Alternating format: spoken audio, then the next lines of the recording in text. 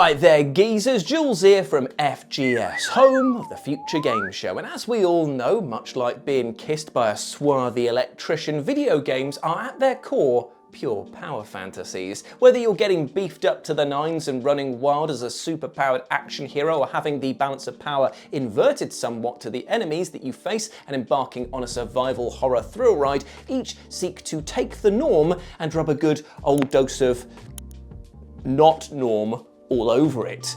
And one of the best things about these power fantasies are the powers themselves, which give the players the ability to fly, cut a continent in two with a single motion, or just have the ability to know precisely when to pop the bread out of the toaster for that perfect crisp. Could you imagine the ungodly amount of responsibility that would come with that power? I personally couldn't hack it. I'd go mad immediately. However, the games that we're talking about today, well, they kind of dropped the ball in this area. As well, they seemingly offered the player some amazing tools of destruction or significant boosts thanks to rogue coding, botched implementation, or just lack of time to actually make the most of them, gave us the player power-ups that, quite frankly, sucked. And by the way, I do mean we when I said that we were going to be talking about these today, because Nathan is joining me here for this episode, so expect half of this episode to be deep cuts from Jules Gill baby, and the other half to be the ramblings of an absolute Scottish madman. Look, me and your mother were very worried about you. Video game power-ups, they're not real, son. You don't have to worry about them. It's a win-win. So let's have a chat, as I'm Jules, this is indeed Nathan, and these are 8 amazing powers that secretly suck. Number 8, Sense Danger, Quest for Glory. Now, who among us hasn't watched the likes of Spider-Man and wished for a bit of his spider-senses, you know, because the ability to know when trouble's about to land in your lap like piping hot soup sure would make me want to wear white trousers more often, you dig? Plus, as the world's most clumsy man, I'd like to think that it would alert me if I'm about to stub my toe on the coffee table for the 4th time that day.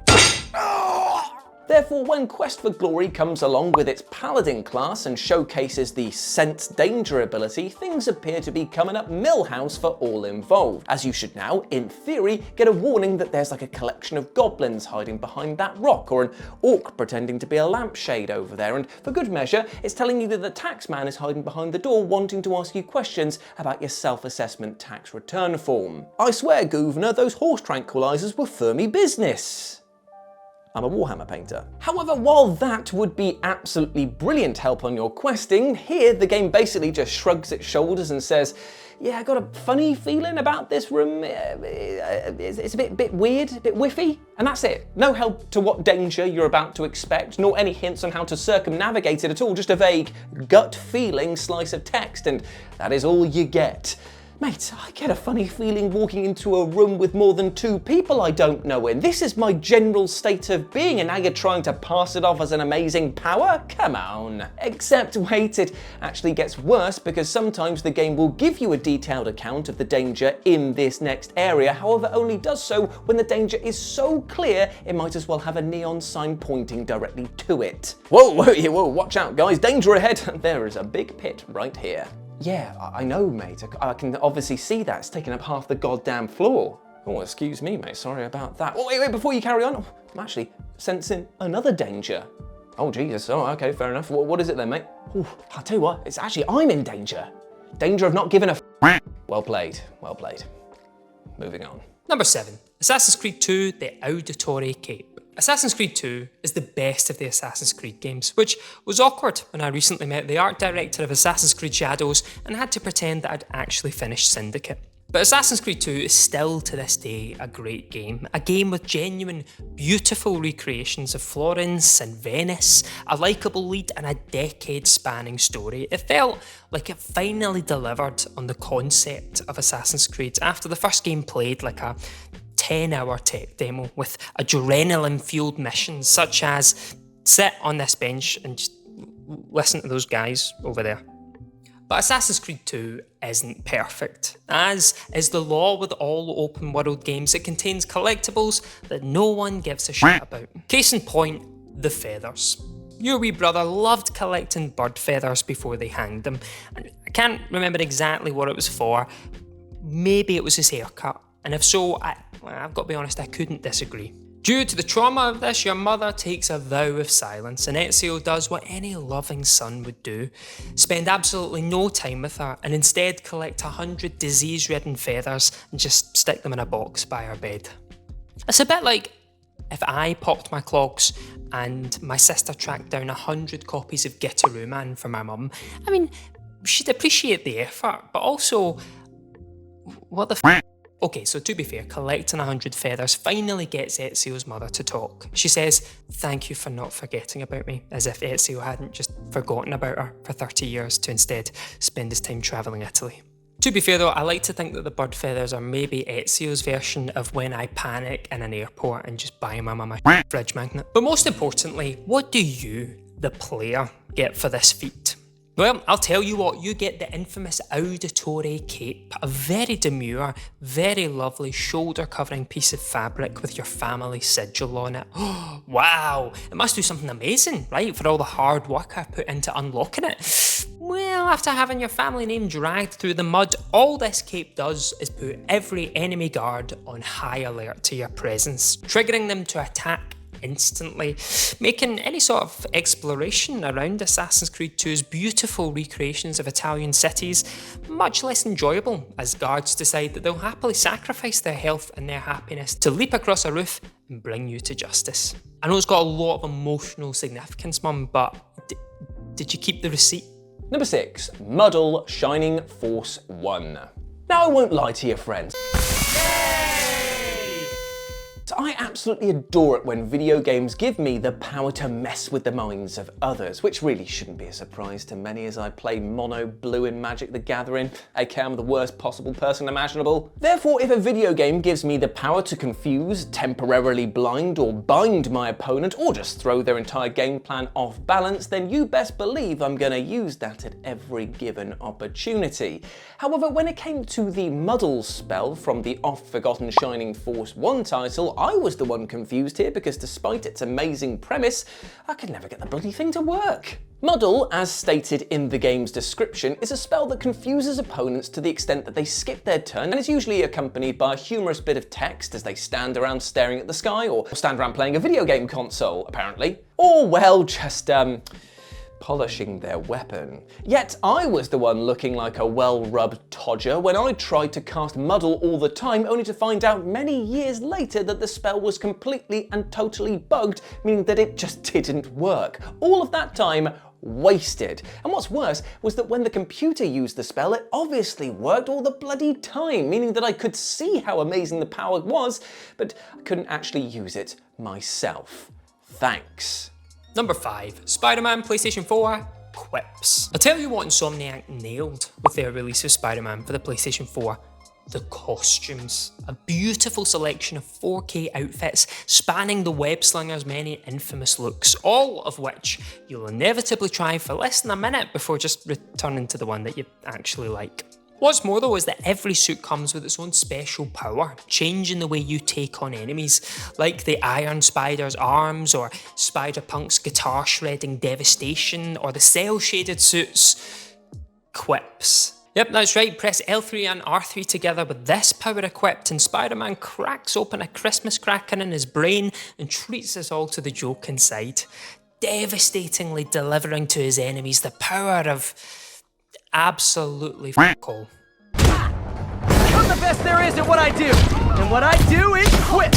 Look, we all love Spidey. We all love his groan-worthy chat, but when it's up against a pair of nanotech robot arms that devastate everyone in the immediate postcode, well, it's hard to ever find yourself equipping this instead. One thing I do like though is that with all the powers, activating them releases a small pulse of energy that causes enemies nearby to stagger. But with the quips equipped, it's kind of like the joke is so that it's caused the enemies to literally lose balance. How would I fix this? Well, I'm glad you asked. I'd have it that Spider-Man's quips were so funny that every enemy collapsed with laughter, immediately ending the fight. But I'd throw one joke in there so offensive that as soon as Spider-Man uttered it, he was immediately cancelled throughout the entire Marvel universe.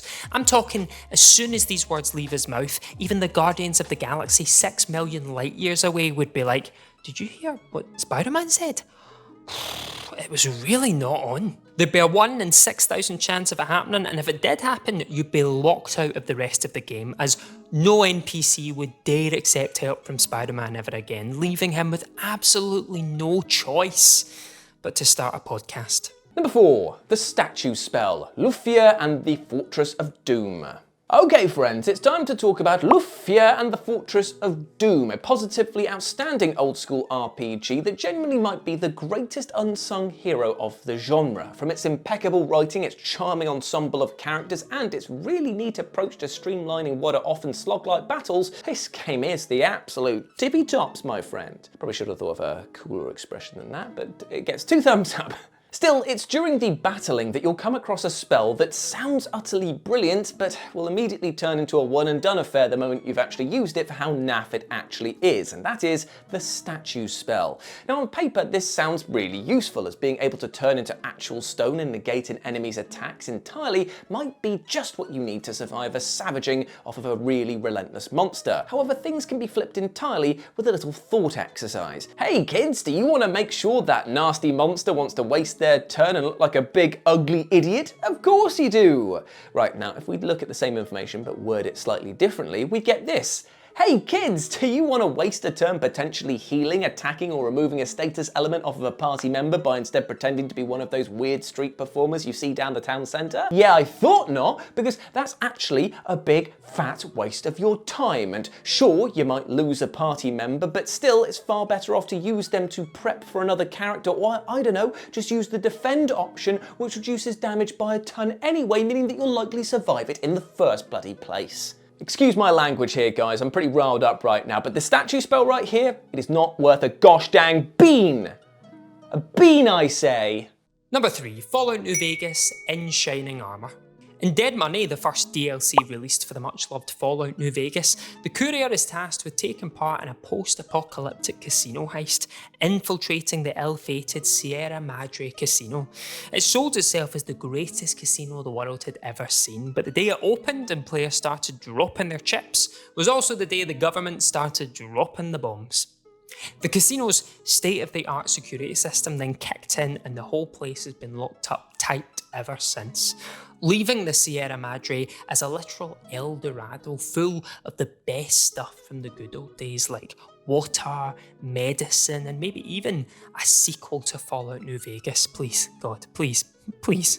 As with all the Fallout expansions, there were of course new perks for you to unlock, making your journey across the Mojave more varied and interesting. Oh, what about this one? In shining armour. Beams reflect off the mirror-like finish of your gleaming armour. You gain an additional +5 damage threshold against energy weapons while wearing any metal armour, and +2 while wearing reflective eyewear. Oh, that sounds alright, actually sounds quite good. Why is it on this list? That must be a mistake. Well, dive into the internal code like you're in the Matrix or a virgin, and you'll see that the parameter referenced when checking the skill type of enemy weapons is energy instead of energy weapon.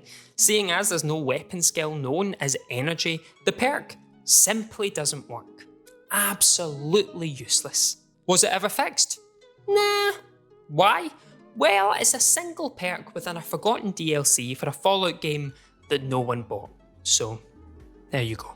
Number 2, Graug Hunter, Middle-earth, Shadow of Mordor. Okay, I know that you're probably all firing up your keyboards much like you did when I included Space Marine 2 on a deep cut episode to tell me that Shadow of Mordor is most definitely not a deep cut. But you know what?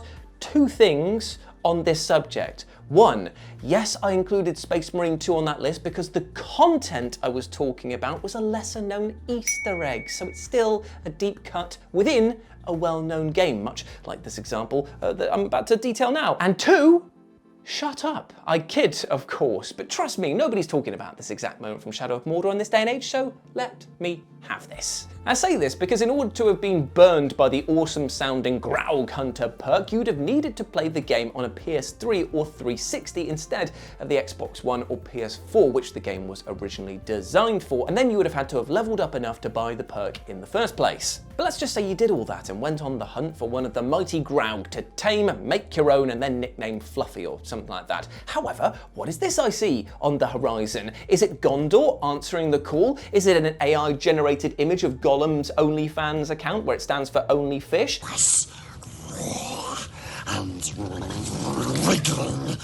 Well, I'll tell you what it's not, it's Graug, because they weren't even in the versions of this game. They were removed due to hardware restrictions. That's right, my friends, you've just bought yourself a brilliant sounding power that you can't even use at all because the mount isn't even in the bloody game. Oh, I tell you what, it's enough to make you want to rise up and become a nemesis of the devs themselves. Oh, hold on, I'm just getting a text here. What's this? Oh, I'm being sued for mentioning the Nemesis system that Warner Brothers still has a patent on. Oh, and now I'm being sued again for mentioning the Nemesis system by name. And again. Cool. Number 1, Golden Super Smash Bros. There's nothing I love more than getting together with the boys, pummeling each other to near death, setting someone on fire, and then throwing my best friend off a roof to their certain death. Then after that, it's great to relax with a nice game of Super Smash Bros. Oh, come on. Hey, look, it was a it was a little joke. It's called a misdirect, okay? Look, I'm not having this, okay? You try writing one of these scripts. It's hard, right? Game ranks have done them all. For me, there could be nothing else in the number 1 spot of this list. Imagine the excitement you feel from spotting a Pokeball, getting to it before anyone else, throwing it down in ecstatic glory, only for the creature to escape from it to be a Goldeen. What exactly does a Goldeen do? Well, it splashes around on the floor, and that's it. Once it's finished this useless mating ritual, it then f***s off. No enemy damage, no player power-up given, that's your lot. When unlocked as a trophy in Super Smash Bros. Brawl, the description reads, a goldfish Pokemon, also known as the Queen of the Sea. In contrast to its elegant appearance, it is wild and has a severe horn attack. Well, where was that when I needed it? No, because the only thing severe about this performance is the second-hand embarrassment we all have to feel from having to witness it with our very own eyes. Could someone please just flush this down the toilet? Please. You can't tell me that its eyes aren't saying that that's exactly what it wants. And look, this might sound harsh, but if I'm ever in a fight and choose to simply wriggle about on the floor, my eyes glazed over with nothing but pure agony in them, then let me tell you, you have my full permission to flush me down the toilet. I just hate Goldeen. And there we go, my friends. Those were 8 amazing powers that secretly suck. I hope that you enjoyed that, and let me know what you thought about it down in the comments section below. And if you want to chat to me or Nathan over on the social medias, ours are over here. And if you want to chat to my lovely editor Mark on his social medias, he's over here as well. I hope that you enjoyed the episode, my friend. But before I go, I just want to say one thing. Even though we spoke today about amazing powers that secretly suck, there is one absolutely bona fide classic power that never ever fails, and that is just being kind to yourself, all right? Just make sure you're starting your day with that bit of self-positivity, that bit of reflection, and reminding yourself that you are a big ledge and you deserve the bloody best, all right? I believe in you, and you need to believe in yourself as well. As always, I've been Jules, you have been awesome, never forget that. I'll speak to you soon. Bye.